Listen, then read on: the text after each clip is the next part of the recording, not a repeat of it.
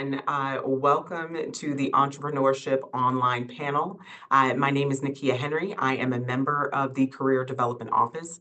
Our Career Development Office is set up in two separate but cohesive departments. One is the Employer Partner Team. The other is the Career Coaching and Education Team. I sit on the Career Coaching and Education Team. Today, we are joined by three of our amazing students who will be graduating in 2025.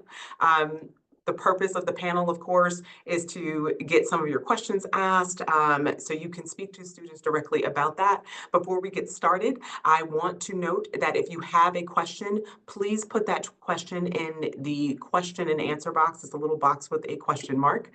It is easier for us to get to all the questions in that way. So that would be the first thing. The second is, of course, to remain on mute. So this way everybody can hear the respondents as the questions are being answered. So with that, I'm going to go ahead and get started. I'm going to allow our esteemed panelists to go ahead and introduce themselves. And when they do, I'd like them to answer a beginning question of how did you choose to come to SOM and where did you intern this past summer? Great, thank you. Hi, everyone. My name is Nicole Morrison. I am a second year here at the School of Management. I chose SOM because SOM's mission of educating leaders for business and society really spoke to the type of graduate program that I was looking for, and specifically the company that I was seeking to build while I was here getting my MBA. And this summer, I was selected for the Sci-City Summer Fellowship. Sci-City is the Sci Center for Innovative Thinking at Yale. It's the student hub for entrepreneurship here on campus, and they offer a fellowship for student entrepreneurs to spend part of their summer in New Haven in community, working on their ventures full time. That's amazing. Thanks so much for sharing. Samantha? Hi, everyone. My name is Samantha Sweig, and I am also a second year MBA student. Similar to Nicole, I was really attracted to SOM's mission of educating leaders for business and society. I felt like when I was visiting different business schools, SOM really drew a certain kind of person who was interested in that type of a mission. So it was definitely the place where I felt the most at home and felt like I could really picture myself learning and growing. I spent the summer also working on my venture, but I worked on mine more independently and had guidance from some members of our SOM program on entrepreneurship faculty, but had more of a self-directed summer spent working on my venture. Awesome. And Joel. Hi guys, my name is Joel, second year MBA at the School of Management. The reason why I chose SOM is because it aligns with my personal mission as well as the mission of my company, EV.com. It's an online electric vehicle marketplace. We're very sustainability focused, and SOM is about business and society. I remember getting asked about on this question during my interview. It was that's exactly my answer. And I spent the summer working on EV.com. I also got selected to the summer fellowship at the Sci-City, but unfortunately, I wasn't able to attend because I had to move to Canada for my visa reasons. So yeah, nice to meet you all. Thank you so much. Before we get started, I see that there are questions that are already coming in through the chat, but I want to ask some questions that lays a little more of the groundwork about, the types of resources that Yale provides and how you've been able to utilize them. I know that, Nicole, you've already talked about, going to Sci-City, but I would love to hear more about some of the other resources that you've had. Please take a moment and talk about maybe the career resources and the other resources across campus that you've been able to utilize. Let's start with Samantha.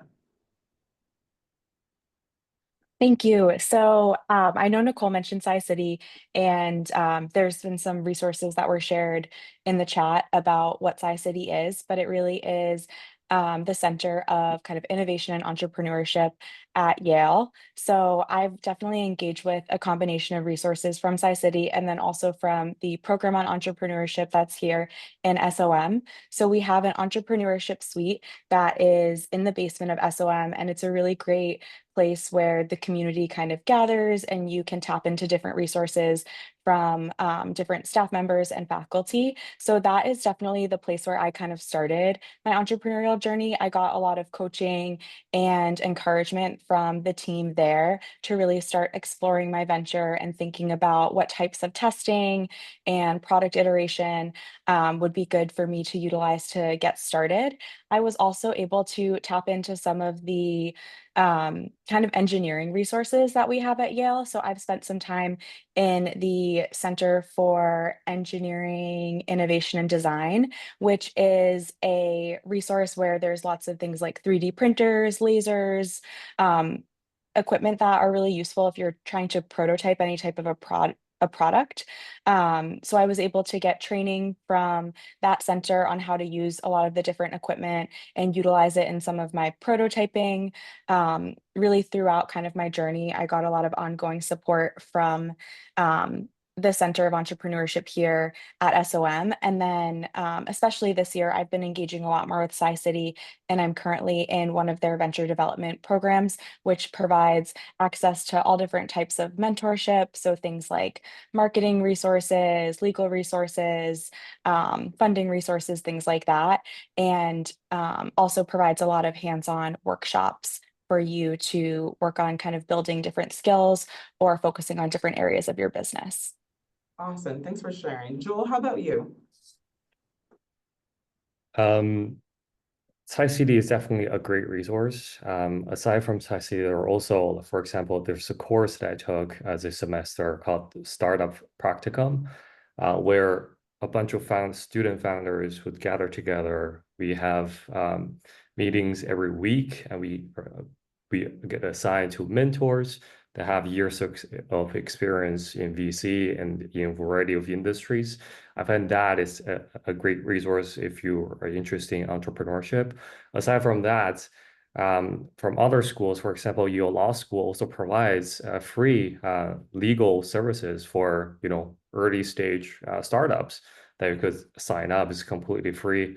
You get to meet with law school professors as well as other law school students to ask your questions. So it's been very helpful. Amazing. Nicole, did you have maybe some other resources that you've also tapped into while you've been here? Definitely. Combining what Sam and Joel said, I think what's really unique and also exciting about being an entrepreneur at SOM is that there isn't just one resource for students. Sci-City and the program on entrepreneurship are definitely two of, I think, the biggest pieces of support for student entrepreneurs.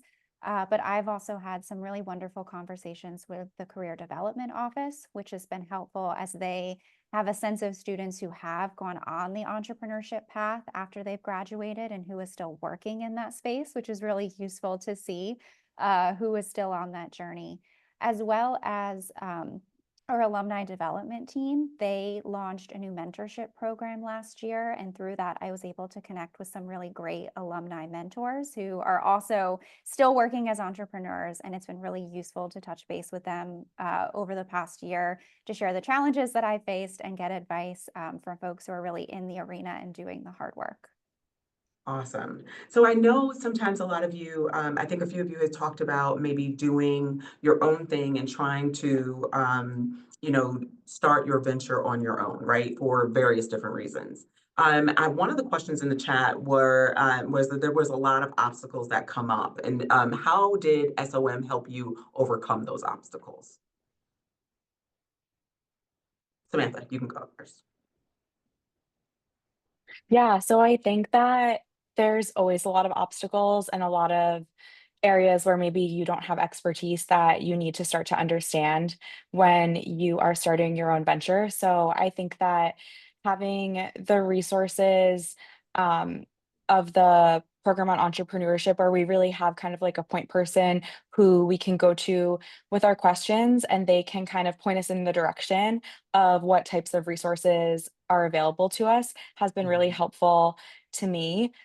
So one of the challenges that I had is I started working on my venture a little late in the year, and I knew I wanted to work on it over the summer, but I didn't get any funding to work on it. So I was trying to figure out how to be able to continue kind of bootstrapping it over the summer, but if there were other ways to kind of supplement my income and get some support there. So I was actually able to meet a lot with the Center for Career Development and learn about a small business fund that we have access to. So I was able to take on a part-time internship and still get kind of some funding for to support myself over the summer while I continued to focus on growing my venture. So I think that because there's just this really broad kind of ecosystem of resources that we have access to, it's really just about finding kind of who the right person to talk to is. And then everyone is really open and willing to help you kind of problem solve or understand what other resources you might be able to access that maybe you're not familiar with. Wonderful question. Thank you so much for sharing that. Have you, either one of you, Nicole or Joel, had any other funding options that were available to you that you were able to tap into? Yeah, happy to speak to some other funding opportunities for ventures. In addition to the program on entrepreneurship, Sci-City is another place on campus where students can find funding for their ventures. Sam mentioned the venture development programs at Sci-City. So there's, I guess, kind of during the semester, there are 3 different levels of programming: the Launchpad program, the Accelerator program, and the Founder in Residence program, which I'm participating in this year. Depending on which program you're in, there are different amounts of funding available through that. Sci-City also has a few different funds, the Milestone Fund, I think the Student Impact Fund, where you can apply for funding through those. And then there is Startup Yale, which happens every spring. And that is our big student pitch competition on campus. What I actually really like about the format of Startup Yale is that as opposed to one big prize where there's only one team who can take that home, there are, I believe, 5 or 6 different prizes that students can apply for. And each prize comes with an audience choice award. So that's another really great opportunity to apply for a variety of those different prizes and have a variety of students walk out of that event with funding for their ventures. Wonderful. Joel, you mentioned that also you were an international student. Have you had, some opportunities that may be exclusive to international students that you've been able to tap into that helped you bootstrap from in your home country? Um, so for me, EV.com is fairly, it's not super early because we've been generating revenue as a bit late stage. But I've seen multiple startups, start founders, my classmates from a variety of countries, from ideation to launching a product, leveraging the resources provided at Yale. I think that is very incredible. I think coming to Yale, you don't have to worry about doing a startup is very difficult, but coming to Yale, you don't have to worry about, funding resources, like focus on building a product. There are a variety of funding resources you can potentially tap into at Yale as long as you have a great product to That's work amazing. on. Yeah. Awesome. Thank you for sharing that. Joe, before we move on, I want to start with you. I'm going to ask all of you guys the question, but I'll have you answer it first. Someone asked, they were just curious that if you expressed interest in entrepreneurship in your application process, and how did you feel like you needed to express another plan in your application, or did you feel like you needed to express another plan in your application just in case like that didn't work out? Welcome to thoughts there of how you approach the application process. So for me, my application was all about entrepreneurship. It's all about my company, like what I want to focus on. After graduation was my long-term goal. So I think it's completely okay to just focus on entrepreneurship in your application. I think the admission office understand that, and I'm pretty sure they welcome that as well. Awesome. Samantha or Nicole, do you have an alternative view to that? Did you kind of express both, or were you completely in entrepreneurship? Yeah, I can jump in there because I actually didn't express entrepreneurship interest in my application.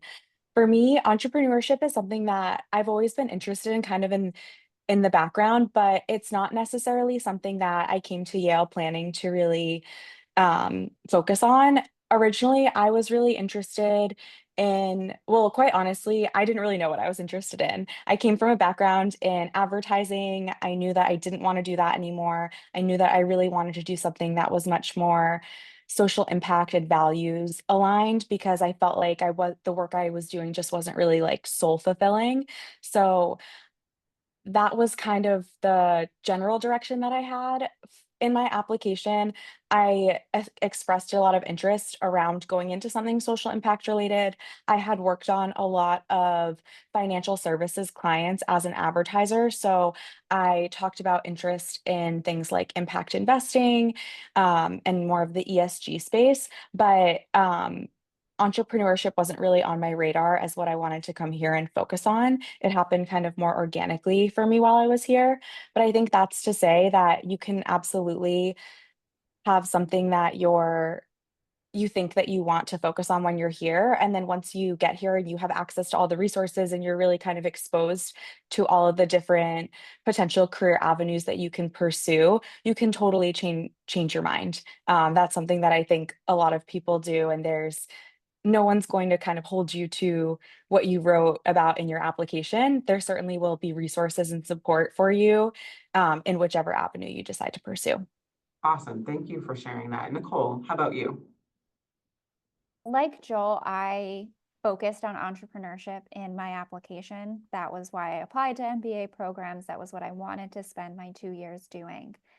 This is for me where the career development office was very helpful in that I had some conversations with them in the fall around. I knew I wanted to work on my venture over the summer, and we talked through what different options could look like. The City Summer Fellowship was my top choice, and I was thrilled to be accepted into that. But the Career Development Office was a useful resource for talking through alternative career paths in the event that that didn't work out or I needed to make a pivot or find a different opportunity for the summer. Mhm. So it sounds like a few of you absolutely knew kind of what you wanted to do and where you wanted to go. But we did have a question that kind of touched on a little bit of what Samantha said. Want to hear from you on, you said that earlier on that you weren't interested, but then organically you found out. I'd love to hear a little bit more about that as one of the questions is, did you figure out what area and topic you wanted to focus on once you got here, and how did you kind of start to do that? Yeah, absolutely. So I think when you get to business school, a lot of your class will probably be either going into some sort of a banking direction or consulting. Those are probably the two largest tracks. So I think for people like me who maybe don't necessarily know exactly what they want to do, it's easy to get caught up in that kind of like herd mentality and kind of trying things that everyone else is focused on. And that's definitely a little bit of what I did in the first quarter at SOM, because for those specific tracks, you do have to know really early on if you want to recruit for them. Mhm. So I think for me, it really looked like having lots of conversations with second year students, really going to a lot of the different professional club meetings, just to get a sense of like, okay, could this industry or this career path be for me and somewhere that I could picture myself, or does it not really feel like it's a fit? And I was kind of going through the process, exploring a lot of these different areas that were really focused in the more like impact space. And I started having Nicole and I actually were on the same learning team, and so she talked to me a lot about kind of what she was working on and entrepreneurship, and I started to go to more of the entrepreneurship events and had some kind of like more general ideas of potential ventures that I was interested in. But I think there was a member of the program on entrepreneurship team who just was really a great coach for me. And she was really encouraging and really helped me kind of level set like what some of my goals were and the type of support that I could get, and encouraged me to just go for it and kind of see how things would go and what they would have evolved into. And it's been a really rewarding process.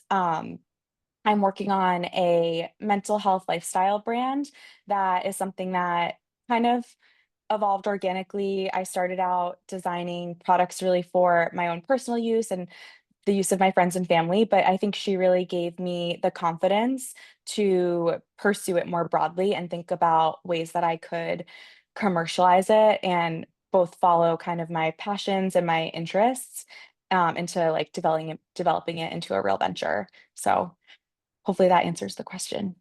Yeah, thanks so much for sharing. So I'm going to switch gears a little bit. So a lot of you talked about like different resources. Joel, you talked about a class that you've taken. Have you had any sort of unconventional or surprising classes or projects or labs here at Yale that has changed the way you view or approach entrepreneurship? And we'll start with Nicole. Sure. In terms of thinking about entrepreneurship, I was a history major in undergrad. I did not have a business background coming into SOM. So my focus for these 2 years has really been leveling up my quantitative skills. The core was incredibly helpful for that. You move through a variety of different quantitative classes. And then this year, as I've thought about electives in my second year, there are a couple classes that I'm taking right now, entrepreneurial finance, which has been really helpful in thinking through, the fundraising process and how you, ensure your venture has the funding it needs to be successful. If you haven't heard of him yet, you all should look up AJ Wasserstein. He is one of the professors in the program on entrepreneurship. I'm taking one of his classes this semester. That has also been a great mix of quantitative and qualitative skill building. So for me personally, the quantitative skills are what I have sought both in the core and in my elective classes. And that's definitely helped me really hone the revenue and business model for my startup as I think about launching it in the spring. Joel, how about you? I think one of the cores, like aside from the startup practicum, is negotiation. I find that very interesting. I never expected that negotiation could be this systematic when it comes to a variety of ways of negotiating a variety of deals, both your job offers or with VCs, PEs. And also another course that I'm taking now is independent study, where you get to work with a professor on the topics that you want to explore. For example, this semester, I'm working with Professor, a professor at SOM that I get to, work on AI related, do a lot of research on AI that is not being offered, like the top specific topic, AI in automotive industry is not offered in the at the current curriculum. So I get to do that myself with the professor. I find that very flexible. And if you're looking for anything that is not offered here, you can definitely work on a topic that you want to work on with the professor. Yeah. Amazing. Thank you for sharing. Samantha, do you have anything to add? Yeah, so I would echo everything that Joel and Nicole said, especially about the core. The other thing that I would add is that there's a lot of classes that are really great for building soft skills that are really broadly applicable, but especially really helpful as an entrepreneur. And two of my favorite ones that I've taken were one on strategic communication and delivering effective presentations. It was just a really great kind of foundation for delivering presentations, really tangible tips for calming any type of presentation nerves, managing anxiety, things like that within those settings. And then also Zoe Chance's Mastering Influence and Persuasion class, which just teaches you so much about how to advocate for yourself, how to ask for what you want. It touches a lot also on different types of negotiation tactics, but I think really helps you kind of refine some of those soft skills around representing yourself and your venture and advocating for everything that you need to help it grow. Amazing. I do have a question. So sometimes, when we are doing startups, you might be doing your own thing, and a lot of you have been talking about that. But one of the other ways to grow and maybe even enhance your strategic plan is growing in sort of entrepreneurship through acquisition. Have any of you thought about doing this? And if so, how have you begun to approach that as a way of your strategic plan within scaling your startup? Nicole, I'll start with you. I have not thought of entrepreneurship through acquisition as a strategy, but what I will say is going back to AJ Wasserstein, he teaches a class on that topic. That is part of his background, so definitely check him out. And there is a very vibrant ETA community here at SOM, a very active ETA club, and I have several friends pursuing that path. So if that's something that you're interested in, I can't speak to it directly, but there are definitely a lot of resources here at SOM to help you on that journey. Mm-hmm. Okay. How about either of you? Are yours just a startup that you're scaling and starting from scratch on your own? Or have you thought about this particular aspect? I guess I'll chime in here. Yeah, so acquisition is definitely a very important strategy when it comes to scaling a startup, especially after you have product market fit. Um, I've been thinking, I don't want to dive too much into it, about acquiring another company that is in the automotive industry. And with the acquisition, I need to go and dive into their financial statements. That I'm actually working with a professor at SOM to help me with that. I think that's very important. And also some of my students, they also have backgrounds in private equity, as well as venture capital. So they've been so helpful in helping me to, if I were not at SOM, I don't think it will be even possible to make it happen. Thank you so much for sharing. I do see that we have a question around family businesses and wanting to pivot into the family business later in the long or short term.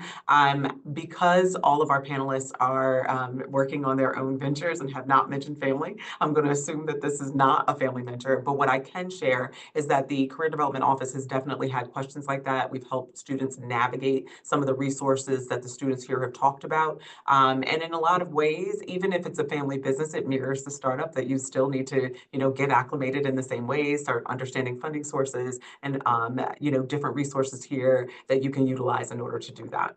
For a moment, though, I want to circle back to something Samantha said. When we were talking about funding, we have a specific question. Do you think you were unable to secure funding because you decided more organically to pursue entrepreneurship instead of coming in with the idea that was already put into action? And moreover, how have you refined a product and do you need to, how refined of a product do you need to receive funding? Yeah, so I can jump in there.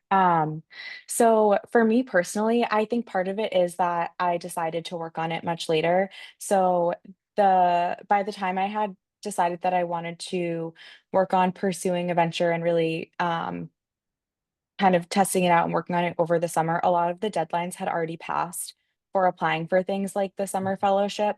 So some of it definitely is a timeliness component. So I think if you have an idea now or a sense that you may want to pursue something entrepreneurial, kind of like coming at right out the gate and understanding, okay, what are all of the potential funding opportunities for the summer and what are the different deadlines? There were some that came out later for some grants that were available that I applied for, but I wasn't selected for. And I think maybe that was because I was still pretty early in just the development of my idea and of my venture. So Mhm. I think it's great to understand what all of the options are and then also meet with different resources that are representatives of the different programs that run those different funding opportunities to really understand like what they're looking for, what sort of milestones you need to have demonstrated to really have a strong candidacy for whatever the opportunity may be. But I will say this year, since I have put in a lot of the groundwork over the summer and really established a lot of things that we've talked about, like product market fit, identifying my first customers, having a really like viable product that I've already been able to test in the market. It's opened up a lot of opportunities for funding for me that I'm pursuing this year. Amazing. Thank you so much. So I want to switch gears a little bit. Yale, of course, is known for its academic rigor. And one of the questions is, how are you balancing all of the sort of struggles and the things that you have to do in order to launch your startups and your ventures against all of the academic rigor that is here? And you talked about it helping, but it's still a wonderful balance. And so, Nicole, if you could share a little bit about how you've been able to balance that. Absolutely. Knowing that I wanted to work on a startup as part of the application process, I did intentionally think about how I would balance my time from day one. So for me, that meant not necessarily applying for club leadership, but being a member in clubs. And I should know a wonderful thing about SOM is our clubs don't have membership fees. So you can be a part of a club, join a club event one time. You don't have to make a super firm commitment to that club. And I also thought intentionally about kind of other activities outside of schoolwork, knowing that I would need to just put additional time into my venture. So I think that for me, coming in and knowing this was going to be a big time commitment, was able to make some strategic choices around that. The other thing I should note, because I believe Joel and Sam brought it up, is the Founders Practicum class is a really useful resource for managing your time. It's a class where you get course credit for a whole semester for one class for working on your venture. And so really the goal of that class is to give you some extra time while helping you meet your credit requirements. And typically students are able to start taking that class in their kind of first year in the spring semester. There is an application process for that. So that was also a really helpful resource as well. Awesome. Joel, how have you been able to balance? For me, it's really like working super long hours, like say 16 hours a day. Because I'm like working on EV.com basically full time and also full time studying. I didn't thought it was possible, but still, it's been a year and a year and a half almost. It's been going well. There are, of course, I think for one of the wonderful thing is you get to apply in real time, like with what you learn during class, and you get to ask real world questions because you're dealing with them on a daily basis. I absolutely think, doing an MBA program and working on a startup is possible, and you get the most out of it by doing both. Although you have to sacrifice some of your personal life, but it is definitely possible, yeah. Absolutely. Samantha, how about you? You have anything to add to this as well? Yeah, I definitely think it is a big prioritization game. And the first year, there's a lot going on with the core and things are really busy. But like Nicole and Joel both mentioned, I think you need to kind of come in with the mindset that of what you want to get out of the program so that you can then prioritize accordingly, because it's going to feel like there are so many exciting things going on that you want to do and you want to be a part of. So making sure that you're prioritizing and making sacrifices where needed is really important. I also think that one of the great things about a lot of our work is there's a lot of team-based work. So, for example, in your first year with a lot of your core classes, you'll have a learning team that you're put on. So it's a great way to be able to also prioritize with your team. Like if certain members of your team are recruiting for certain industries, which are much heavier during like say the first part of the semester, maybe you and other members of the team will kind of take on a little more work then and then balance it out later in the year as different members of the team's priorities shift. So I think just leaning into that like supportive team environment is also really helpful. Awesome. So you brought up a good point, and we'll talk about recruiting, but before we jump to that, I want to ask a little bit more about the balance. So being an entrepreneur is as stressful as you can get, I think, especially in the early stages when you are learning so much. It's probably like drinking from a fire hose. What sort of resources and, sort of well-being support do you feel like you received from SOM in that regard? Nicole, I'll start with you. Yeah, I think that's a great question. For me, I think in many senses, a lot of my well-being resources I find outside of the building, relying on kind of family, being local. That's a great way for me to de-stress and go, see them and have dinner at home. Talking to, my husband, who's a great source of support. Certainly the friends I've made at SOM have been incredibly helpful. As Sam mentioned, we've, met really early on last year. And so it was very exciting when she decided to make the jump into entrepreneurship so we could be on this journey together. But SOM certainly has a number of wellness resources. We have a counselor here at SOM. Just the other day, Heidi, who is one of the therapy dogs at Yale, was walking around SOM. So, if you needed a little dog to give them a scratch and, feel that kind of comfort, that's an option for you as well. Awesome. Joel, how about you? Um, I, s- I sort of like got used to like working super long hours and um, yeah, I think we have a very supportive environment here. Everyone knows each other. It's not like you have a massive school. If you walk down the hall after your class, you see all the people. You get to say hi, build a strong network and relationship because we don't have a large number, like 1,000 people here. I find that like close-knit environment and community is very, very helpful. Awesome. Samantha? Yeah, so I think similarly to Nicole, a lot of my kind of well-being and wellness support happens outside of SOM.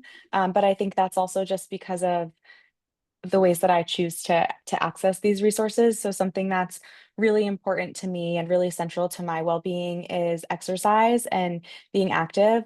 So we have a lot of resources here. We have free yoga classes that you can sign up for.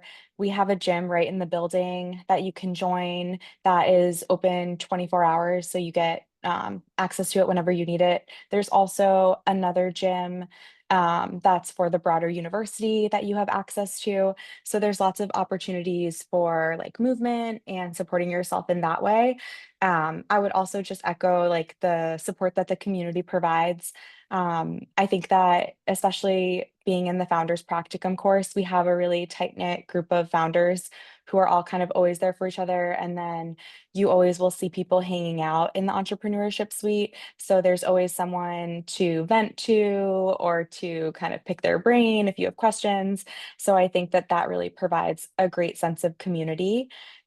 We also have events around campus where there's even more therapy dogs, which are awesome. So it's like a get together with Heidi and all of her friends, which is really fun. Last year there was a pups and Pilates class. That was great. So there's all different types of wellness events that are taking place also that we get access to. And within our student government at SOM, we have a health and wellness chair member. So they plan some events for the community that are focused on wellness. And then also we'll make sure that everyone's aware of just any other broader wellness events that are happening. Awesome. Thank you so much for sharing. I'll also add that Yale has a embedded counselor in the SOM program, and so students here still have access to that sort of help as well if it is needed. I want to circle back a little bit though to the recruiting aspect. So a lot of students, like you said, some of them it's easier to get caught up in the wave. For entrepreneurs, sometimes though, some entrepreneurs have been maybe running parallel processes where you might have been trying to bootstrap your business and also recruiting. I'd love to know, Joel, if you had any sort of experience in trying to recruit as sort of like maybe a secondary path, as well as working on your venture. So Yeah, I haven't I Okay. haven't been doing recruiting myself, just purely focused on my startup. Yeah. Okay. It was one of the questions I wanted to ask. Nicole, how Yeah. about you? I also opted out of the recruiting process. But what I will say is, I think, especially in your first semester where you are making a lot of those decisions, and I think Sam touched on this earlier, some of those deadlines happen really early, especially if you're looking at consulting or investment banking. A way to perhaps do both. I'm not sure that you could full-time commit to a startup and full-time commit to recruiting, but if you're interested in testing out recruiting and finding resources about entrepreneurship, there's the Startup and Entrepreneurship Club that hosts events. So that's a way you kind of dip your toes in the startup and entrepreneurship space here at SOM. The program at Entrepreneurship hosts events. And SciCity typically has their venture development programming on Friday, which all of the students participating in venture development programs attend, but those programs are also open to any student on campus. So that's another way where you could perhaps, pursue a recruiting path and also get a better sense of resources that are available to student entrepreneurs on campus. Absolutely. Samantha, do you have any of that in part of your plan? Were you recruiting at all?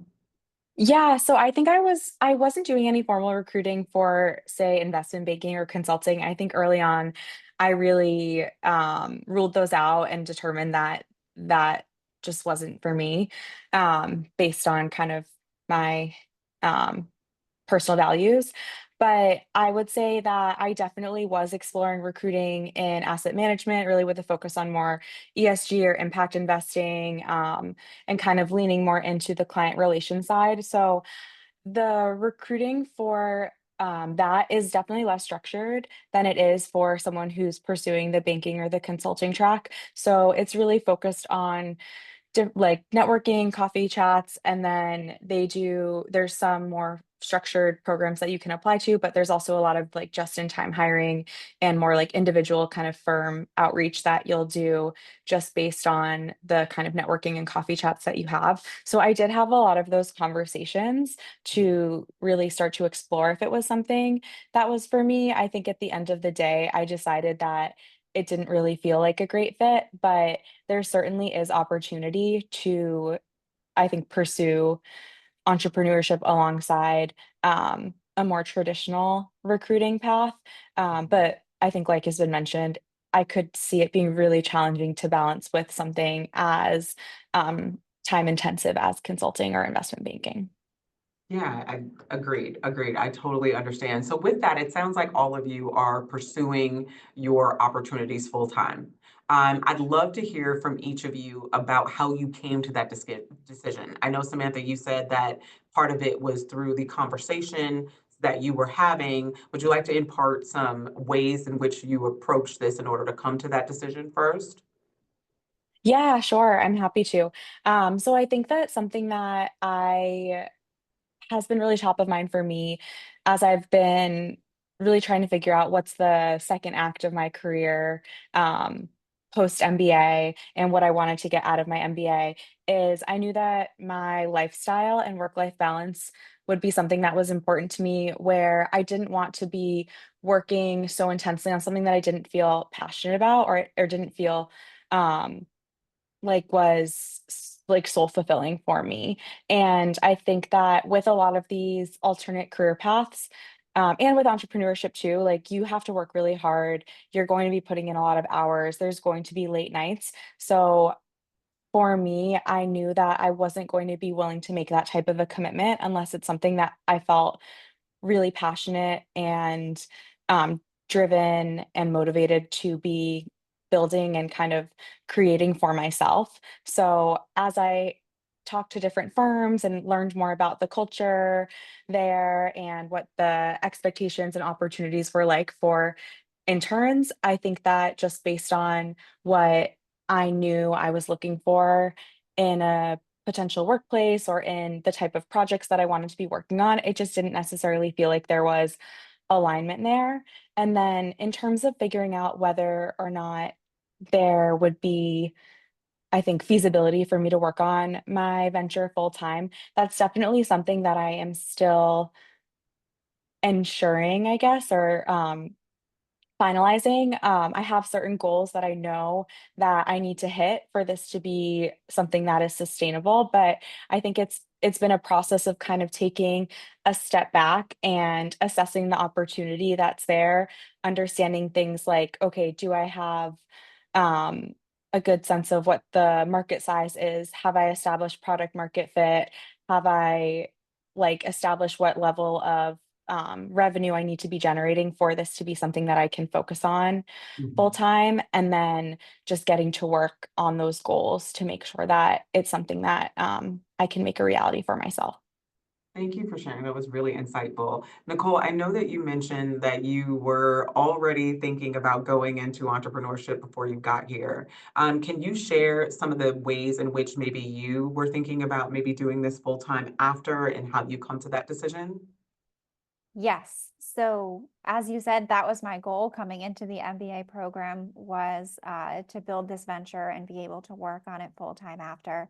I think very similar to Sam, coming in, I had a big picture vision of what that needed to look like, and the conversations and the mentorship and support that I've received from the program on entrepreneurship, City, and external mentors that they have helped connect me with have really helped to kind of crystallize those goals into the exact milestones that I need to hit for this to be sustainable for me afterwards. So it was definitely a combination of coming in with goals and having them refined thanks to all of the support that I've received over the past year plus. Amazing. Joel, how about you? Do you have anything to add about how you would vet for this being your full-time focus when you are upon graduation? For UV.com, this has always been something I wanted to work on. But it got launched precisely a year ago while I was at SOM. So a lot of the my experience at SOM shaped, I think, the product vision of EV.com. So I find that incredibly, um, I think, meaningful. Electric vehicle is the key towards a sustainable future, and this aligns with my personal passion of helping the world to accelerate the transition towards a zero emission mobility. That also aligns with business and society, which is the theme of SOM. Um, so yeah. Awesome. Thank you so much for sharing. Before I'll ask the last question, I will say there is a shout out to Joel in the chat that your website is amazing and they think you're doing a great job. So I think that that's wonderful. Last question to the panel, and I guess I'll start with Nicole. What advice do you have for candidates preparing to apply for SOM? And more importantly, what did you wish you had known when you were applying to MBA programs? Great final question. Um, I looked at a lot of programs. I did a lot of research. I attended a lot of sessions like this, and I also traveled to a lot of the schools that I was planning on applying for. If that's something you're able to do, I think it is really useful to get a better sense for kind of the feel of the community and the resources that you would have available to you. Knowing that I wanted to pursue entrepreneurship, I think, was also really helpful, and that I was able to attend these kind of sessions. And when I did in-person visits, ask specific questions about their entrepreneurship program and the resources and support that were available for entrepreneurs. In terms of what I wish I had known earlier, I think I learned a little bit late about some of these in-person visit days. For example, SOM did a belonging days for prospective students. That was a type of programming that I didn't know existed. So if you are maybe not applying this year, but thinking about applying not to start next fall, but the fall after that, definitely just take a look at admissions events that are happening throughout the year to get a better sense of what kind of programming you could plug into earlier in the admissions process. Awesome. Samantha, how about you? What are some of the things you might have wanted to think about before applying to the programs? Yeah, I think that just kind of echoing what Nicole said, whenever you can, visiting the programs in person, I think is so invaluable. And not just focusing on learning about like, okay, do I like the environment? Am I interested in the classes or the faculty that are here? But I think really also tuning in to the other students or the other prospective students who are either attending these tours and in-person belonging days or even admitted student days, because these are going to be your peers. This is going to be your community. So making sure that you're in an environment where you're surrounded by people who you can see yourself like learning from and growing alongside, I think is so important. And really getting that vibe check um, is is just critical. Like you probably will enjoy your experience a lot more if you're in an environment with peers who you respect, who are doing things that you admire, and who you just generally feel like you vibe with. So I would definitely say getting in person and meeting people is so important. Thank you for sharing. Joel, how would you close us out? Do you have anything to add? I'll second what Samantha said. I think coming to the campus is to actually do visits. I did my interview in person. I flew from Toronto to New York and then took the train to New Haven. Met with my interviewer. He was a second-year student. We chatted a lot about life here at New Haven, at Yale in general. I think that was very helpful in helping me understanding what's the life going to be like here.